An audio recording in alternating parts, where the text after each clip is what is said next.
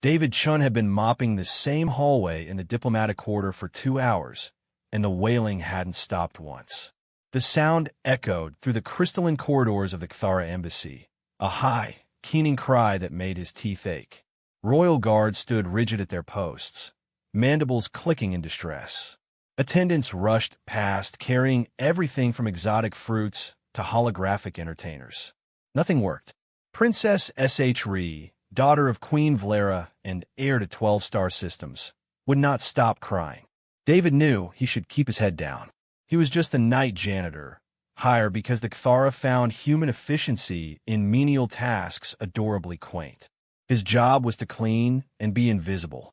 Getting involved in royal affairs was a good way to get deported, or worse. But the crying tugged at something deep in his chest. He'd raised 3 kids as a single dad before taking this off-world contract. He knew that particular pitch of misery. That wasn't a tantrum. That was grief. A harried attendant rushed past, carrying what looked like a floating meditation orb. "Excuse me," David called out. "What happened?" The attendant's antennae flattened in irritation. The princess's human companion was recalled to Earth. Family emergency. The child hasn't eaten in 3 cycles. He scuttled away before David could ask more. David leaned his mop against the wall. 3 days without eating. He thought of his own daughter, Emma, when she'd refused food after a goldfish died. Sometimes kids didn't need entertainment or expensive gifts. Sometimes they just needed something familiar, something that said someone understood. He made a decision that would probably get him fired. David walked to the service kitchen, startling the Rigelian chef who was attempting to prepare some delicacy involving bioluminescent fungi. "I need to borrow your kitchen," David said. "Absolutely not. I am preparing the princesses." "The princess isn't going to eat that." David was already pulling out ingredients from the human supplies section. "Trust me." 20 minutes later, David carried a tray toward the royal quarters. Guards blocked his path immediately, plasma rifles powering up. "I'm here to see the princess," he said, with more confidence than he felt. "Impossible. The queen has decreed. Let him pass." Queen Valera herself stood in the doorway, her 7-foot frame radiating exhaustion. Her scales had dulled from stress, and her eyes held the desperate look every parent knew. "You are the sanitation worker," she said flatly. "Yes, Your Majesty. And I'm a father. May I try?" Something in her expression cracked. She stepped aside. Princess Shri sat in the center of an enormous chamber filled with discarded toys and untouched delicacies. She was small for her species, maybe equivalent to a human 6-year-old, with iridescent scales and large, tear-filled eyes. When she saw David, she curled tighter into herself. "Hey there, princess," David said softly, setting down the tray. "I heard your friend had to go home.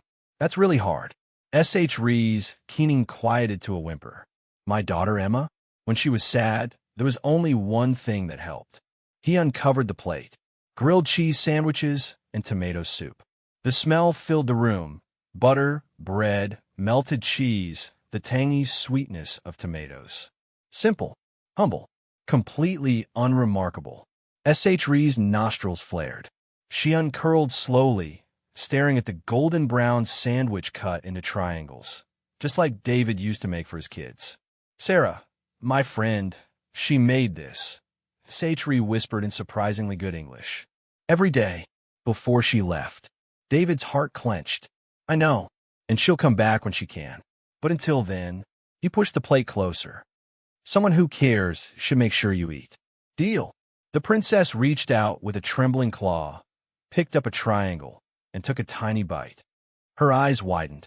She took another bite, then another, and suddenly she was crying again, but different tears now, the kind that came with release. She ate both sandwiches and half the soup. Queen Valera stood in the doorway, watching.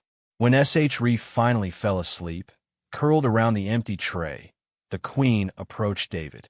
"You understand," she said quietly, "that you have just accomplished what my entire court could not." David shrugged. "I just made lunch, Your Majesty." "You made comfort. You made memory. You made her feel less alone."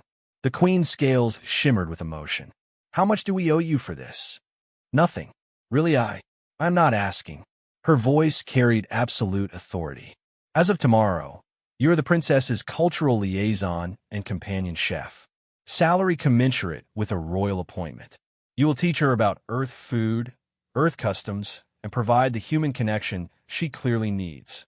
David blinked. But I'm just a janitor. You were a janitor, Queen Valera corrected. Now you're the person who understood what my daughter needed when no one else could. In the Kthara Empire, we value that above all credentials. David looked at the sleeping princess, clutching the empty plate like a teddy bear. Sometimes, he thought, the most important thing you could offer wasn't complicated at all. Sometimes it was just a grilled cheese sandwich, made with love.